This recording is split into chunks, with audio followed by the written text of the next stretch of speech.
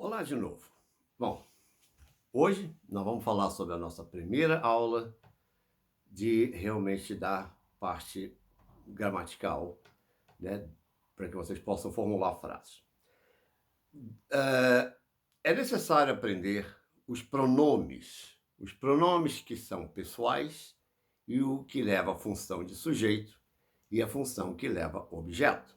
Ou seja, um faz a ação e o outro recebe a ação. E, obviamente, nós temos que ter a ação. E essa ação se encontra aqui, no verbo. O verbo está entre o sujeito e o objeto. O que acontece na língua portuguesa é que muitas vezes nós utilizamos o pronome oblíquo, ou seja, o objeto, antes do verbo. O que, obviamente, geraria, se não o fizesse, geraria um cacófato. Como, por exemplo, deixa eu mostrar para vocês aqui. Então, para colocar essa, nós temos essa frase. I love her. Ou seja, eu amo ela. Amo ela na nossa língua realmente é complicado, né? Porque já pensa logo na moela da galinha. Certo? Então, para evitar esse cacófato, nós utilizamos o pronome oblíquo antes do verbo principal. Ou seja, eu a amo, em vez de dizer eu amo ela. A não ser que você fale compassadamente, aí tudo bem. Mas se você falar rápido, eu amo ela, moela, moela, moela, moela, moela, soa estranho. Mas na língua inglesa, isso não acontece. Não podemos colocar esse pronome oblíquo aqui antes do verbo. Porque se fizermos isso, vai soar horrível. I, her, love. Eu, ela, amo. Isso é bom para aquele filme do Star Wars, aquele anãozinho, né?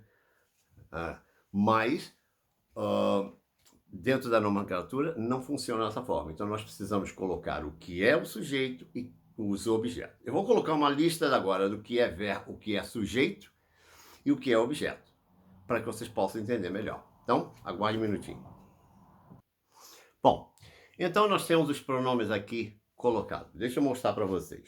Primeiro, eu, você, porque o tu não tem mais na nossa língua, o tu passou a ser mais uma questão, vamos assim dizer, mais tradicional de língua portuguesa de Portugal e, ao mesmo tempo, de uso mais técnico e etc., ao invés de dizer na língua normal. Hoje em dia nós falamos você para dizer tu.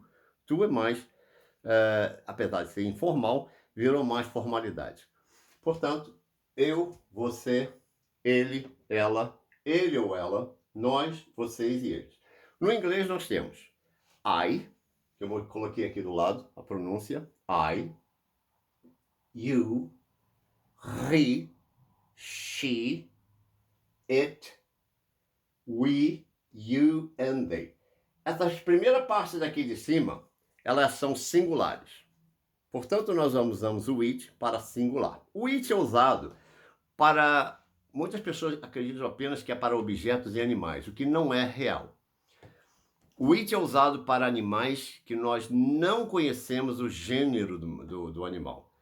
Um passarinho, por exemplo, eu não sei se é macho ou se é fêmea. Para mim, ele é um it. Uma cobra, eu não sei se é fêmea ou se é macho, é um it. Um cachorro, aí que tá. O cachorro, nós podemos saber se ele é macho ou se ele é fêmea.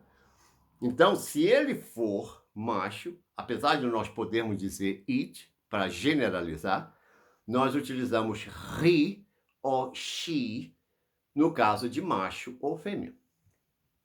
Então, não é usado só para coisas e animais, tá? Objetos, sim, porque dentro da língua inglesa não existe essa parte de masculino e feminino dentro de um objeto. Uma mesa, que termina com A, é feminino. Um banco é masculino, porque termina com O, mas no inglês, table and bank is the same thing. Vai depender da situação que eu explico depois numa outra aula. E aí nós temos o plural que é o nos, ou nosco, o vós, ou vosco, e eles ou... Esse não, aqui, desculpa. Nós, ou vós, né? Ou vocês, porque o vós já não existe mais. A gente usa nós, vocês e eles ou elas, que serve para masculino ou feminino. Então, esse daqui, na realidade, é o plural desses três que estão aqui, que é o they, é o he, she, it, singular, no plural, they. Bom, aqui nós temos os pronomes oblíquos, que são os objetos, aqueles que recebem ação.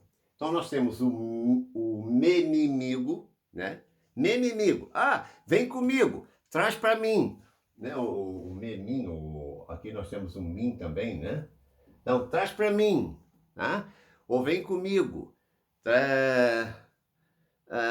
Traga-me alguma coisa. Então, esses são dentro da colocação do nosso pronome oblíquo, nossos objetos. Então, é o menimigo, que no inglês é me. Depois nós temos o tetitivo, que no inglês é you, pronúncia you. Ou seja, ele é igual ao sujeito. A diferença está dentro da colocação que é depois do verbo e não antes do verbo. Então, eu vou contigo, eu trouxe para você, eu trouxe para ti, né?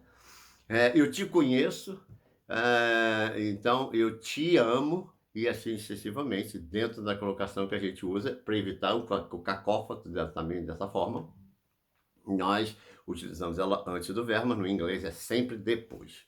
Então, nós temos o lo, ou ele, que no inglês é o him, batendo os lábios, him, né? E aqui him, na pronúncia.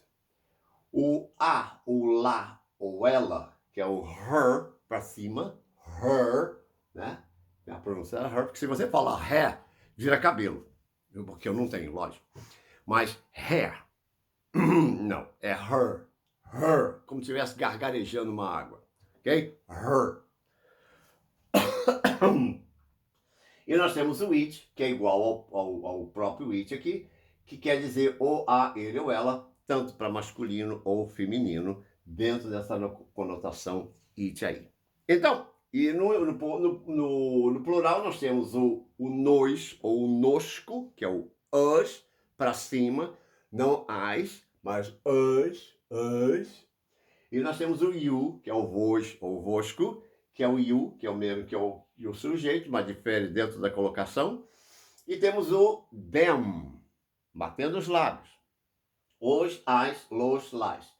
Them. Se vocês não batem esses lábios, vai aparecer uma outra palavra que se chama then.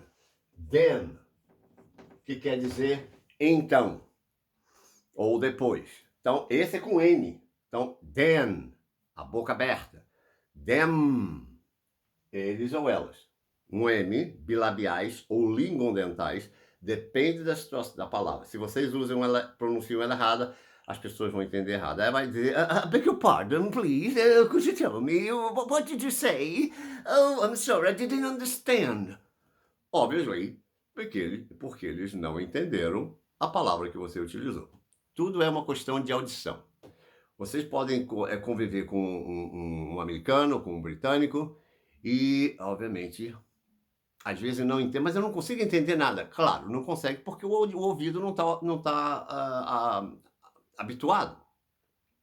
Entendeu? Então precisa ouvir, repetir, para que vocês possam entender aquela palavra. Quando a palavra for dita, ela entra automaticamente.